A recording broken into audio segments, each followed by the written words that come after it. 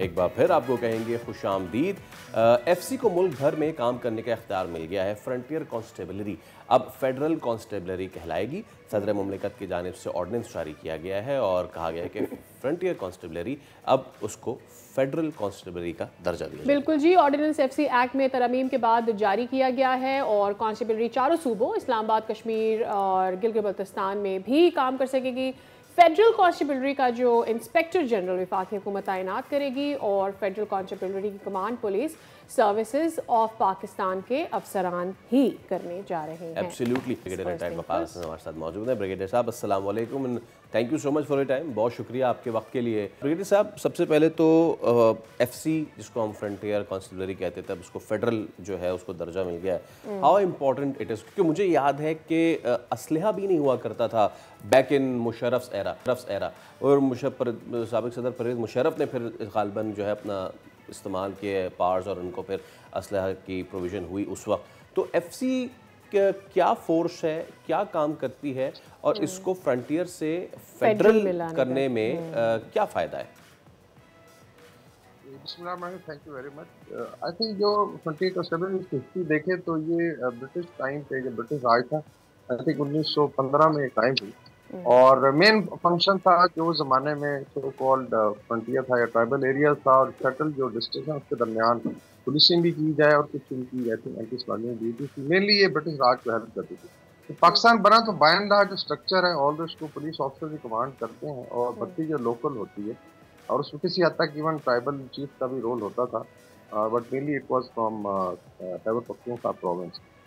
لیکن آپ نے دیکھا پھر ایسے نے ایوالو کیا۔ اس میں صرف ایک مثال دے دوں کہ یہ اتنی درخشاں اس کی ہسٹری ہے۔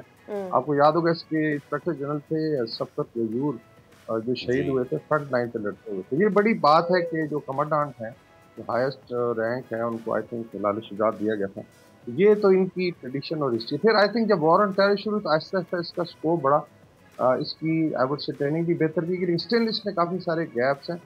Now it's become federal constabulary, جس کا مطلب ہے کہ ایک تو اس کی امپلائمنٹ پہلے ہوتی رہی ہے، لائک اسلام آباد میں لا اینڈ آرڈر کے لیے لوگ آتے ہیں اور اس کے بعد پھر اس کے پیز اور اسٹرکچر میں تھا۔ تو ابھی اس going to be organised on modern line اور آل اکراس پاکستان استعمال ہوگی اور بیسیکلی اس فیڈرل فورس اور میرے خیال 33,000 سے 40,000 پہ لے جایا جائے۔ It will be a huge addition to law and order, especially جو فائٹ اگینسٹ ٹیررزم ہے، اور یہ بڑے لوگ ایکسپیرینس ہیں۔ آگے آئی تھنک 2 ڈویژن بنیں گے، ایک جو ہے مینلی ریزرو ہوگا اور ایک پرانا کانسٹیبلری کا اسٹرکچر ہوگا جو کے پی کو لیے جائیں گے، لیکن پھر اس کے بعد جو ریزرو ہوگا۔ بریگیڈیئر صاحب اس سے پہلے ایف سی کی جب بھی ہم نے بات کی ہے، 2 پہلوؤں سے بات ہوئی ہے۔ ایک تو ایمونیشن کی، ان کے پاس جدید اسلحے کی، ان کے اختیارات پر بھی بات ہوتی رہی ہے۔ دوسرا اس کے اندر کرپشن، ٹرانسپیرنسی کے معاملات کے اوپر بھی بات ہوتی رہی ہے اور اس کو زیادہ افیکٹو کرنے پر بھی بات ہوتی رہی ہے۔